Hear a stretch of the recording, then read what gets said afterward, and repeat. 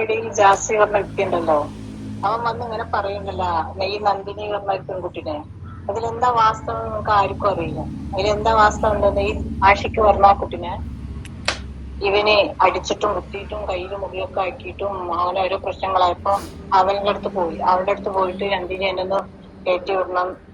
അപ്പൊ അവൻ പണിയൊന്നും ഇല്ലാതിരിക്കുന്നു, എന്നൊന്ന് രക്ഷപ്പെടുത്തണം എന്നിട്ട് അവൻ അവിടെ പോയതാണ്. അവിടെ പോയിട്ട് ആഷിക്കിന്റെ ഉമ്മയോട് സംസാരിക്കുന്നത്. അവിടെ പോയിട്ട് അവൻ എന്നെ വിളിച്ചിട്ടുണ്ടായിരുന്നു, ഞാൻ ഇങ്ങനെയൊക്കെയാണ് അവസ്ഥ, ഞാൻ നാട്ടിലേക്ക് വരികയാണ്, ജാസ്മിനെ ഇങ്ങനെയൊക്കെ കാട്ടിയിരുന്നു എന്നിട്ട് പറഞ്ഞു. അപ്പൊ ആ പെൺകുട്ടിനെ വിളിച്ചിട്ട് ചുമ്മാ അങ്ങനെയാണ്, എന്താണ് അവനെങ്ങനെ ആക്കുന്നത്, രക്ഷപ്പെടുത്തുന്നത്. അപ്പൊ ഞാനാണ് പറഞ്ഞത് ആ കുട്ടിയോട്, മോളെ അവൻ്റെ അടുത്ത് പൈസ ഒന്നുമില്ല, വിസ ഇല്ല, പാസ്പോർട്ട് അവൻ പിടിച്ചു വെച്ചിട്ടുണ്ട്, നീ എങ്ങനെയെങ്കിലും അവളൊന്ന് രക്ഷപ്പെടുത്തുന്നുണ്ട്. ഞാനാണ് ആ കുട്ടിയോട് പറഞ്ഞത്.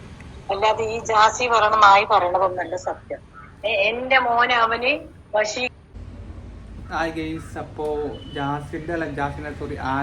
ആഷിഖിന്റെ ഉമ്മ പറഞ്ഞ ഡയലോഗാണത്. ഉമ്മ നന്ദിനി റെഡ്ഡിനെ വിളിച്ചിട്ട് സംസാരിക്കുന്ന വോയിസ് ക്ലിപ്പാണ് നിങ്ങളൊക്കെ കേട്ടത്. അപ്പൊ ഇനി അധിക കാലൊന്നും ഇത് പോവില്ല. അപ്പൊ ജാഷി നീ എന്ത് ചെയ്യും? ഒരു ഒത്തും പിടി കിട്ടില്ലല്ലോ. എന്തായാലും ആഷിക്ക് എന്നെ വിട്ട് പോകും, 100% ഉറപ്പാണ്. കാരണം ഈ പാപൊക്കെ ശരിക്കും നീ എവിടെ കൊണ്ടേ കളി അല്ല ഞാൻ ചോദിക്കണേ. ആ ഉമ്മാനൊക്കെ തെറി വിളിക്കണം. ഉമ്മാൻ അത്ര പ്രായം ഉണ്ടാവും. ഒരു ഉമ്മാനൊക്കെ തെറ്റി ഉമ്മാനെ കുറിച്ചൊക്കെ നല്ല പുകഴ്ത്തി പറഞ്ഞില്ല, ഇങ്ങോട്ട് ആഷിക്കിന്റെ ഉമ്മാനെ തെറി വിളിക്കണേ.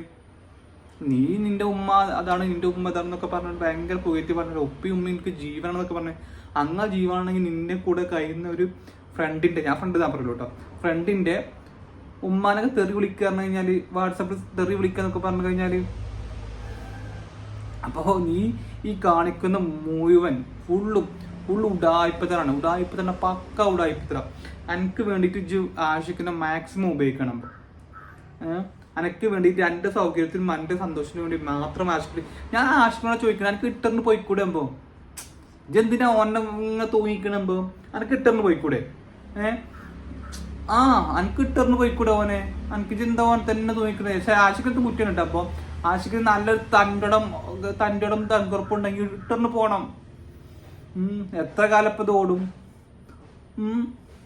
എന്നാലും ഈ സോഷ്യൽ മീഡിയയിലൊക്കെ വളർന്ന് എൻ്റെ ഉമ്മ അങ്ങനെ എൻ്റെ ഉമ്മാന കരച്ചിലും ബീച്ചിലൊക്കെ, മീഡിയയിലൊക്കെ ഫുള്ള് കരച്ചിലും ബീച്ചിലൊക്കെ ആയിരുന്നല്ലോ. ഇത് ശരിയാണ്.